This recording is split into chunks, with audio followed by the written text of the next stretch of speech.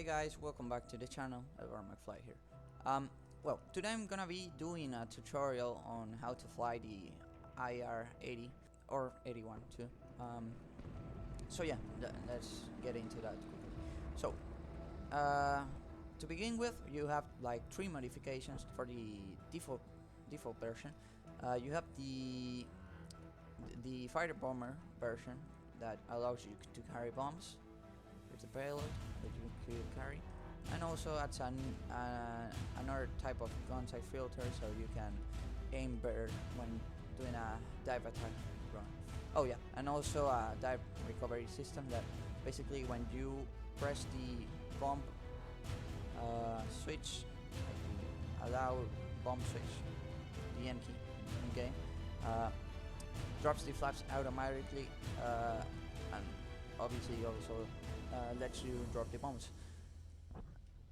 Then you have the Bravos modification that just adds this new type of gun, higher caliber gun, 300 rounds, but releases the normal low caliber rounds. Then the mic version, which is the one I'm gonna explain first, because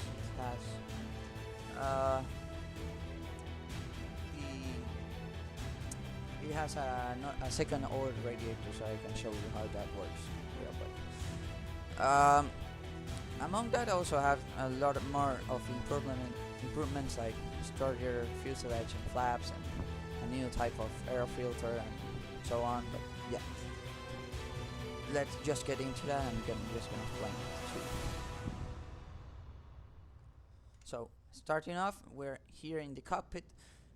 You can see all the instruments and that. Going from left to right, you have the prop pitch gauge here. Then your gear position indicator, gun sight with the range and target size adjustment, your compass, your gun sight filter, your extinguisher gauge,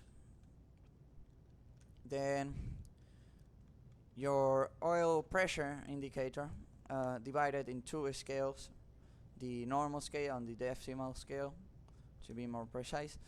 Then the oil temperature gauge, the altimeter, then your fire alarm, that red thing, your starter for the engine, your fuel indicator that you have to press right shift plus I to and hold it to see the content or the fuel quantity, and if you let it go, it's gonna go back to 0. See? Then also your manifold pressure and your RPM indicator or tachometer, very important gauge in this plane. Then your airspeed indicator or anemometer, your turn coordinator, your vertical speed indicator, then your clock, and your ammeter with 2 scales too. It has volts and amps. Okay, so here you have your prop control, or yeah, your prop control to control the pitch. Right now it's in the feather position, but now I can control it as I want. Obviously it's not gonna move, as you can see, because the plane is off, no electrical power. How it sounds, okay? Yeah, if you pull it, it's gonna decrease the prop pitch and increase the RPM, and if you push it, it's gonna increase the prop pitch and decrease the prop RPM. So for this gauge, that is the important part. If you pull it, you are gonna increase the RPM. If you push it, you decrease it. Most of the time, probably you're gonna be pushing it, but maybe in a climb or in a fight, you need to increase RPM. But most of the time, you have to just make sure you don't exceed 2300 RPM, because oh well, you can exceed it for a few seconds to more or less 2450, like, but more than that you're gonna probably break the engine real quick, so be very careful with that. Just I'm gonna explain it a little bit better later, but yeah. So the yep you have the oil radiator control here, that red thing. What it does is to, well, obviously control the second oil radiator that is included in the mic modification for the I.A.R. 80. In the normal one, it can be controlled. In this case, if you like rotate it counterclockwise, you're gonna close it, and clockwise you're gonna open it. So yeah, let's leave it open. I'm not that sure what those things are, but my guess is that the red thing is the fire extinguisher, the black thing is some kind of manual pump. This train style lever, I have no idea what it is, and well, this is the switch panel. Here you can see the battery master. I'm gonna turn it on. Oh wait, it didn't work. What about now? How weird. Okay, now it's working. So yeah, you can see general is the master battery. Besides that, on the left, the generator master. Then you also have your cockpit lighting switch, and well, here another switch, the knob light switch. See? Gonna crack the throttle a bit until the engine starts. Okay. And set your when you start the engine, you set your RPM to 1000 RPM. At this low of a power setting, you basically control the RPM with the throttle, and manifold pressure is not gonna move, but you're gonna see how that changes later. So you also have your gear lever, that red handle. I'm not gonna move it because I want to damage my plane, but yeah. Also your flap control. Forward is to lower the flaps, and backward is to raise the flaps. That blue handle on the right is the cowl flap control. See? For the ground, I'm just gonna leave it completely open. Oh yeah, and I forget to mention, I'm not that sure, if I'm honest, what all of those gauges are, but I know that Frana and Pompa are. Frana is the brake pressure indicator, and Pompa is, I believe, is the fuel pump pressure.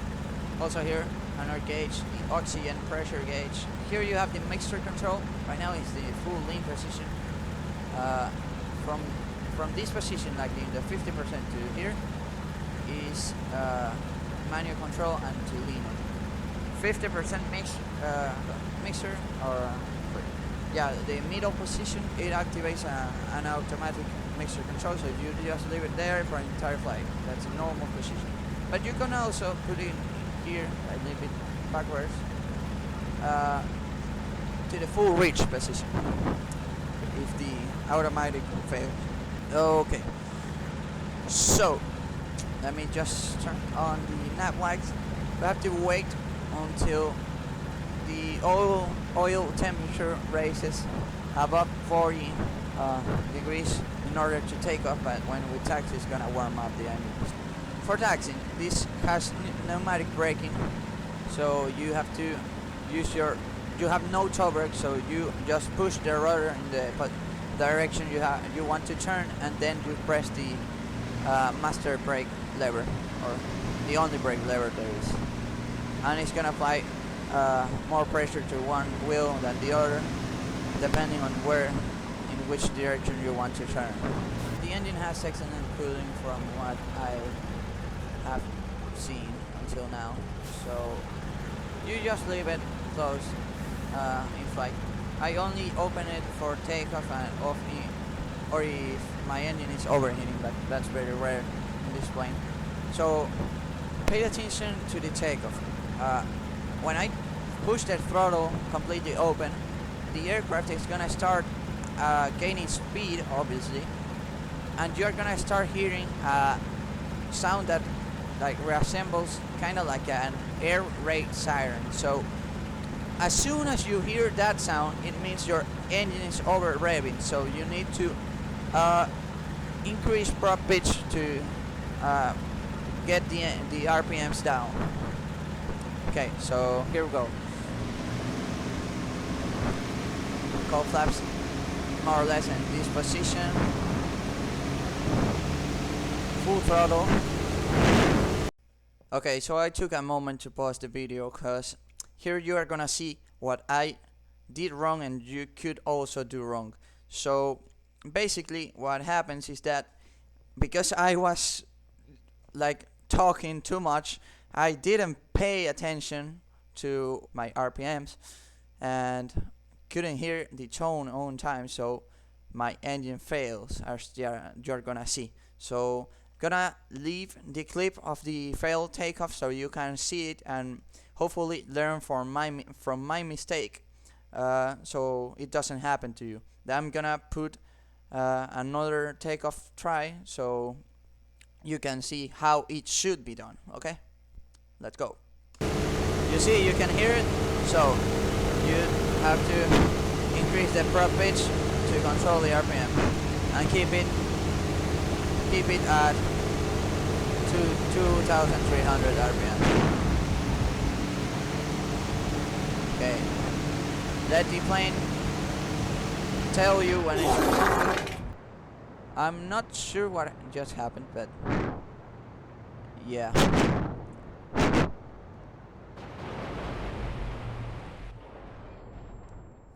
Okay, so see, maybe I'm not that sure. Maybe I didn't watch my RPM because of me being talking all the time. But yeah, just gonna do a quick cut. I'm gonna explain it again.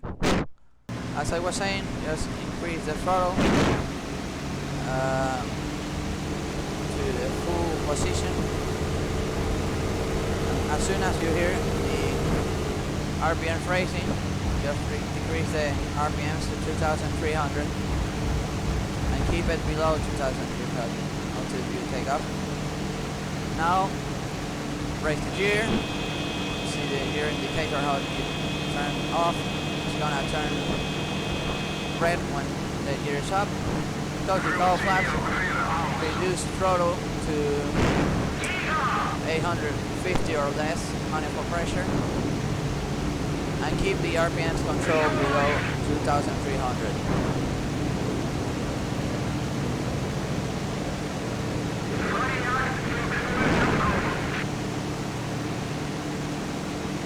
I forgot to open the oil radiator when taking off.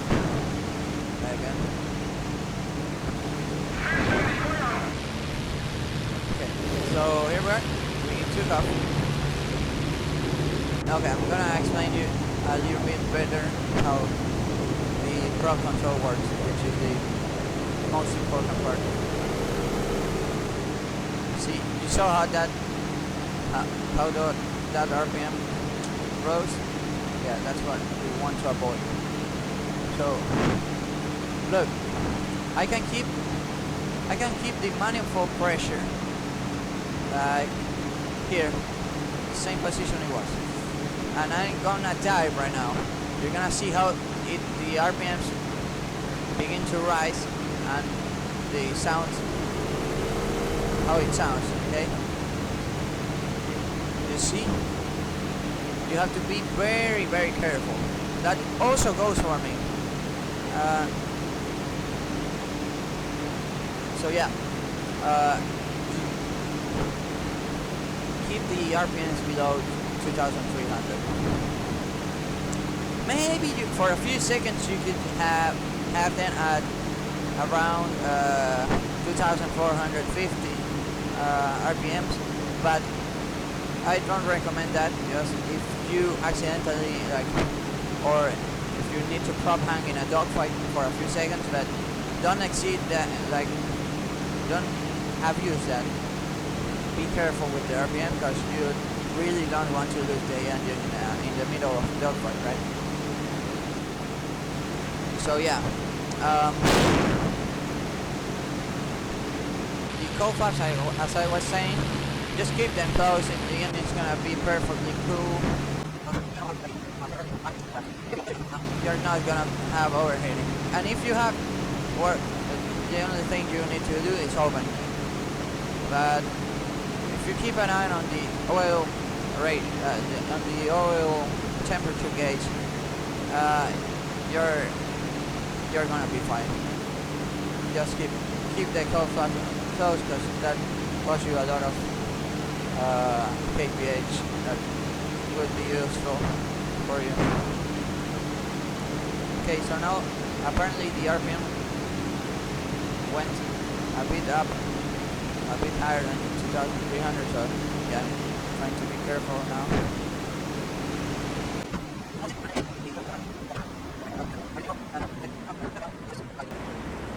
Okay, I'm gonna begin to lower the flaps.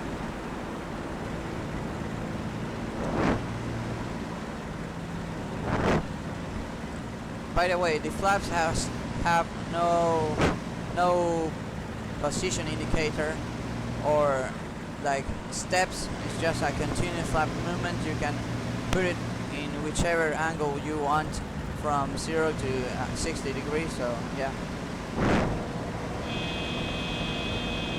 Okay, it's coming to land. Let's turn on flaps. There they are. I like to do to keep an approach speed of about 200 kph. Keep in mind, if you had to do a go around, you will need to apply full throttle, but watch the RPMs, because they are gonna rise very rapidly. So be quick in reducing, or sorry, in increasing the prop pitch to reduce the RPM.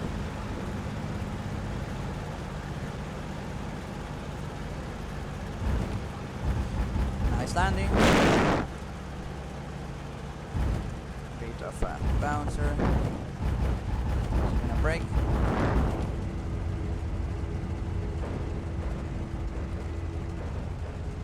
Keep the stick back until you completely stop. And there you have it. Now just to, if you want to turn it off, just press E again. Close the oil radiator. Raise the flaps, but yeah, they are raised already. Put the prop in the third position. I just noticed I should have done that before turning off the plane, but yeah, it is what it is. And yeah, just make sure your cold flaps are closed. Open your canopy and you're ready to get off the plane. So now I'm gonna show you how to use the dive bomber version. So I'm gonna do another quick cut and we'll be back. Okay, so here we are. We are now in the air with the dive bomber version. With the bomb, you can also see the earlier air filter type.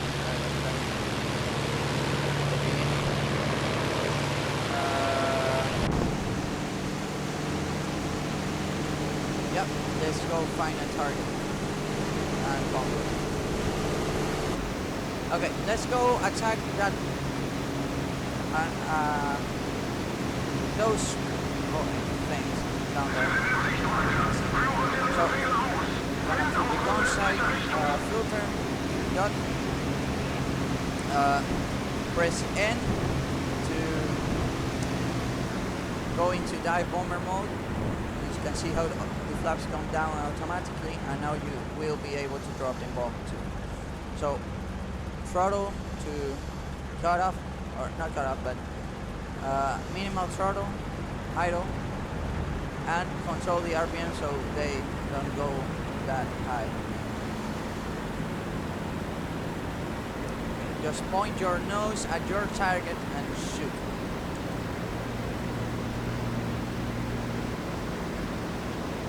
Okay, I'm gonna pick that thing. Okay, drum. Bombs away.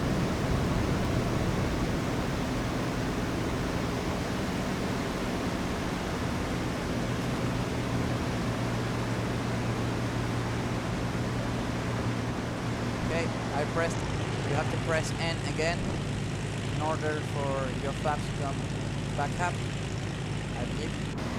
I mean, they should come automatically up, but make sure that they do, because I have like had situations where they do not come back up automatically.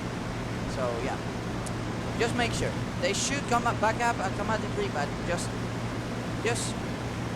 make sure of that. Okay, so here you can see the replay of I was diving toward the target. I wasn't that stabilized, so that made quite a like a bit off, but still, it's still okay. So yeah, that was all for today's video tutorial. Thanks for watching, and see you again in the next one. Bye bye.